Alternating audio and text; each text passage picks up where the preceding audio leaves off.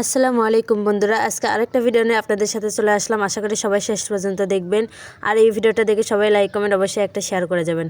আজকে আম্মু বাজার থেকে এই লাল মরিচগুলো কিনে নিয়ে আসছিলো। এখানে কিন্তু কারেন্ট মরিচ বলে আমরা যেগুলো একবারে বেশি ঝাল, ওইটা 1 কেজি নিছে, আর 1.5 কেজি নিছে ও যে দেশি মরিচ যেগুলো বলে ওগুলো বেশি ঝাল নাই, ওগুলো নিছে। আর এগুলা কিন্তু একসাথে লাড়িয়ে দিছি, কারণ এগুলো আজকে ভাঙাই ফেলবে। যেহেতু 2 দিন অনেক ঠান্ডা ঠান্ডা ভাব গেল, মরিচ নিয়ে আসার পর লাড়িয়ে দেওয়া হয়নি। প্রথম দিন শুধু লাড়িয়ে দিয়েছিলাম, ওই দিনে লাড়িয়ে দেওয়া হয়নি, যেহেতু মস মানে শব্দ হইতেছিল না, ওই জন্য আমি আবার লাড়িয়ে দিয়েছিলাম যাতে আজকে ভাঙাই নিয়ে আসে মরিচগুলা। আমি প্রথমে বুটা ফেলাইতেছিলাম, কিন্তু আমার শাশুড়ি আর ননদ বললো যে বুটা ফেলার লাগে না, সবাই নাকি ওরকমই ভাঙে। কিন্তু আমার কাছে কেমন একটা লাগতেছিল, আমি যতটুকু পারছি বুটা ফেলাইছি। আর এতগুলো তো মরিচ একসাথে বুটা ফেলানো সম্ভব না আমার একার পক্ষে, এই জন্য মনে করেন যে আমি যতটুকু পারছি ততটুকু ফেলাইয়া এগুলো সব তুলে ফেলতেছি। রোদ থাকতেই তুলে ফেলতেছি, তাহলে মনে করেন যে মরিচগুলা মচমচে হবে, যেহেতু রোজার দিন। আর সন্ধ্যার দিকে বন্ধ করে দেবে, মেল বন্ধ করে দেবে, এই জন্য আমার শাশুড়িরা আগে আগে গিয়ে মরিচগুলো ভাঙিয়ে নিয়ে আসছে। আর এখানে আমি আজকে অনেক কাপড় চোপড় ধুয়েছিলাম সকাল থেকে, আজকে কাপড় চোপড় ধোয়া গেছে। আজকে সব বিছানার চাদর মনে করেন যে 4টা বিছানার চাদর ধোয়া হয়েছিল, আর ওগুলো আমি গুছিয়ে নিচ্ছিলাম। আর এইগুলো কিন্তু বেশিরভাগ আমার শাশুড়ি ময়লা করে রাখে এই চাদরগুলা। সে কিন্তু মনে করেন যে বিছানার চাদর যে তুলে সাথে সাথে ধুয়ে লাড়ে দিবে তা করে না, সে তুলে এক জায়গায় জড়ো করে রেখে দেয়। যখন একসাথে সবগুলো ময়লা হয়ে যায় তখন মনে করেন যে বলে যে বিছানার চাদর ধোয়া লাগবে। আগে আগে ধুলে অনেক ভালো হয়, কিন্তু সে তা করে না, এরকমভাবে একসাথে জড়ো করে রেখে দেয়, যাতে তখন আরও কষ্ট আরও বেশি হয়ে যায়। আমি দেখা যায় যে আমার বিছানার চাদর কিন্তু যেদিন ময়লা হয় আমি সেদিন তুলে সাথে সাথে ধুয়ে ফেল দিই, আর বেশি একটা কষ্ট হয় না। এরপরে এগুলো সব কাপড় চোপড়গুলো শুকিয়ে গেছিলো, আমি রোদ থাকতে সবগুলো গুছিয়ে নিচ্ছিলাম, ছাদের উপর থেকে গুছিয়ে নিয়ে যাচ্ছিলাম যাতে কাপড়গুলো ভাঁজ হয়ে না যায়। দেখবেন যে কাপড় কিন্তু সব একসাথে তুলে নিয়ে যাওয়ার পরে রাখলে কিন্তু ভাঁজ হয়ে কেমন জানি ভাঁজ ভাঁজ হয়ে থাকে, আর এরকমভাবে একবারে গুছিয়ে নিলে কিন্তু ওই ভাঁজটা আর থাকে না, একবারে সরাসরি মনে হয় কি ইস্ত্রি দেওয়া কাপড়। এই জন্য আমি ছাদের উপরেই সবগুলো কাপড় চোপড় একবারে গুছিয়ে নিচ্ছিলাম।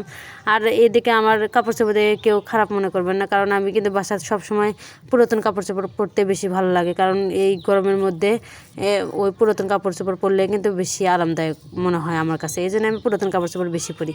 এরপর ইফতারির জন্য রান্না করতে আসলাম, ইফতারি বানাইছি, সাথে রান্না বান্না মুরগি রান্না করতেছি, কারণ আমার হাজব্যান্ড ভাত নিয়ে যাবে। ভাত নিয়ে যাওয়া তারা ইফতারির পর করে, যতটুকু পারে করে, মাঝে মাঝে ভাত নষ্ট করে, এই জন্য আমি আগে আগে রান্না করে নিচ্ছি। আর এখানে আমার মেয়েটার জন্য অল্প একটু ভাত বসিয়ে দিছিলাম, কারণ সকালবেলা ভাত ছিল, ওগুলো গরমের কারণে নষ্ট হয়ে গেছে, এই জন্য কিন্তু আমাকে অনেক বকাও শুনতে হয়েছে আমার শাশুড়ি আর ননদের হাত থেকে। তাই আমার বাবুটাকে অল্প একটু ভাত খাবো, এই জন্য একটু ভাত বসিয়ে দিছিলাম। আর সাথে এই যে দেখেন মুরগির তরকারি আমি একটু ঝোল ঝোল করে রান্না করে ফেলছি। আর ঝোল ঝোলই কিন্তু আমার হাজব্যান্ড খেতে অনেক বেশি পছন্দ করে, অনেকটা ভুনা খায়, কিন্তু যেহেতু রমজান মাস বলতেছে একটু ঝোল ঝোলে রাখো যাতে ভালো করে ভাত খেতে পারি। এরপর আমার মেয়েটা দেখেন কাপড় রাকের উপর থেকে সব কাপড় নিচে নামাইছে, নিচে নামাইয়া আমি নামাজ পড়তেছিলাম, এর ফাঁকেই মনে করেন যে এগুলা সব নিচে ফেলাইছে, পুরা ঘর ছিটিয়ে রাখছে। তারপরে আমি যখন একটা ডাক দিছি, আম্মু বলে ডাক দিছে, আর দৌড়ে আসে আমার কোলের মধ্যে শুইতেছিল যাতে আমি কিছু না বলি। আর এরপর আমি আমার মেয়েটাকে বলতেছিলাম, আম্মু এগুলো যা তুলে রাখো, তো সে কিন্তু সুন্দর করে তুলে রাখতেছিল আর আমার সাথে গল্প করতেছিল। আমার মেয়েটাকে একদিক দিয়ে জানেন, আমার মেয়েটা যদি দুষ্টামি করে, আমি যদি বলি আম্মু তুমি এই কাপড় চোপড়গুলো একটু গুছিয়ে রাখো, তুলে রাখো, আমার মেয়েটা কিন্তু অনেক সুন্দর করে তুলে রাখে, আর যেখানে থেকে নিছিল ওখানে কিন্তু আবার রেখে দেয়, কোনো জায়গায় এপিট ওপিট করে না। আর এখানে আমার হাজব্যান্ড রাত্রেবেলা লুকিয়ে লুকিয়ে তার বাবা মার চোখ ফাঁকি দিয়ে বিরিয়ানি নিয়ে আসছিলে। গতবার রমজানের মধ্যে আমার ছোটো ভাই ছিল, তখন মাঝে মাঝে বিরিয়ানি খাওয়া হয়েছে, এবার আমার ভাইও নাই, এই জন্য রমজানের মধ্যে আর বিরিয়ানি খাওয়া নাই। আমি না পাই আজকে বলতেছিলাম যে আমার ভাই আজকে না, জন্য আমাকে আর বিরিয়ানি খাওয়াইতেছে না, রমজানি চলে যাইতেছে, তাই সে পরের দিনে বিরিয়ানি নিয়ে আসছিলো, আমি ঘুমাসে গেছিলাম 12:30টার দিকে এই বিরিয়ানিগুলো নিয়ে আসছে। আর এখানে সে তার জন্য একটা ফুল নিয়ে আসছে আর আমার জন্য হাফ নিয়ে আসছে, আমি তো বেশি একটা খাইতে পারবো না, এই জন্য আমার জন্য হাফ নিয়ে আসছে, তার জন্য ফুল নিয়ে আসছে।